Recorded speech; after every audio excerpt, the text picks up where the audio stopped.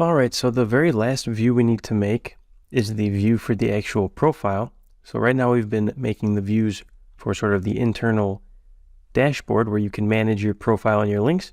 But now let's go to our views.py file and make the final view, the page where it's actually displaying your profile as if you were sharing it with somebody else.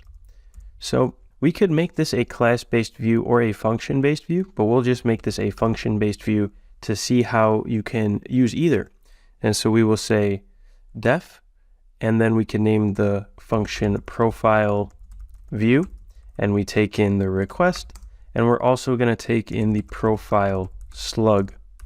So this will be that URL friendly text that we're saving on the profile model. Then the first thing we're going to want to do is grab the profile itself that's associated with this slug. So we could say get object or 404, and then we provide the model, so it's a profile, and then the value we want to look up, so slug equals profile slug. So get object or 404 is imported here from Django.shortcuts next to render. You can add this import. It was auto imported when I selected it below, but you can go ahead and add this. And then what it does here is it takes a model to look up, and then the field and value that it should look up to find a specific item. And if it can't find that item, then it will return a 404 error. So then you don't have to worry about somebody going to a random URL for a random slug that doesn't exist. It will throw a 404. And then the slug here is the field on the database, and profile slug is what is getting passed in right up here into the URL. And then we also want to get all of the links associated with the profile. So we could say profile.links.all. And the reason we're able to say profile.links is because in our model, when we created this profile foreign key on our link table, we created the related name equals links. So that means that when we have a profile, we can say .links.all to get all of those links. And then let's throw these into a context variable that we can send to the template. So we'll have this profile equal profile, and we'll have links equal links. And then we can return render and just render out our own template. So we pass in the request. We'll name this link plant/profile.html, and we pass in the context so we can access the profile and the links. So now let's set up this URL. So we can just go up to the very first URL, or we can just take this delete URL and duplicate it down. And this time it will just be a slug, and we'll call it profile slug, like so, and with the ending slash. So this will be a slug field with the variable profile slug. That's what it will be named. And then we don't want to fire the link delete view.asView. We want to call profile view. And so here it gets imported from .views profile view. And because this is a function, we don't need to call the .asView because it doesn't exist. And then we can name this just profile. Perfect. So our view and our URL are set up. Let's just create the template next. So we can create a new file, and we'll call this profile.html. And I'm going to paste in this code here, which you can find below or in the repo, and we'll walk through together. So this doesn't extend the base.html because that was the navigation for the admin internal facing sort of dashboard. This is just going to be the profile if you were to share it with somebody else. So it's not going to have any of that navigation or styling. So that's why we here import our own Tailwind script. And then we have a body, and we give the background of it the profile.background color.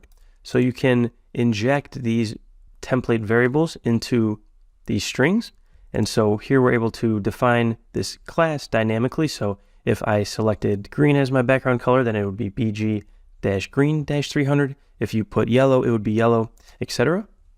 And then we want to loop through all of the links that are associated with the profile and display them as a button so that somebody could click on them and go to your link. And the very last thing to do is we'll just update link list so that there's a link to that profile. So down here under TD where we have link.profile.name right here, we'll just replace this with this right here. So again, I'll have this down below or in the repo, but we're just making it so that now it links to the profile URL and it passes in the link.profile.slug. You could also just type this into your URL into your browser hard-coded if you wanted to check it out, but make sure that your server is still running and open up your browser. And now if we refresh the page, we say reverse for profile not found. Profile is not a valid view or pattern name. So let's go back to our code and make sure that we saved all of our files. We have name equals profile. If we go into the view, profile view. If we go into link list, we have profile, link.profile.slug, and we must not have saved a file. So now we see here this little icon, so we can click this and open it up, and boom, this is what your personal link plant would look like. So it should have your name and all of your links here, and then made with link plant. And you see how there's no navigation for the user to get to any of this dashboardy things. It's just something that you could share and share all of your links. And you can click on one and it will open in a new tab. And if we go ahead and add a new link just to see how it looks, we can go ahead and add LinkedIn back. So LinkedIn profile for the URL, I have it right there, but just go ahead and grab your LinkedIn profile and then associate it with your profile on link plant and click save link. And we see that it renders right here. If you go back to your external facing profile and refresh, you should see your new link. Awesome. So this has been a really cool project that's introduced us to these class-based views, and we build this cool link tree clone. In the next section, we're going to build a trip tracking app where we can track our travels and our trips, and we're going to be introducing user authentication because right now we don't know who the user is. So when I'm on my dashboard, I'm just adding, editing, deleting all of the links. But realistically, you would just be dealing with your own data. So I would just be dealing with data associated with my profile. I wouldn't have access to any other profile. And so that is what we're going to be diving into in the next section. Look forward to seeing you there.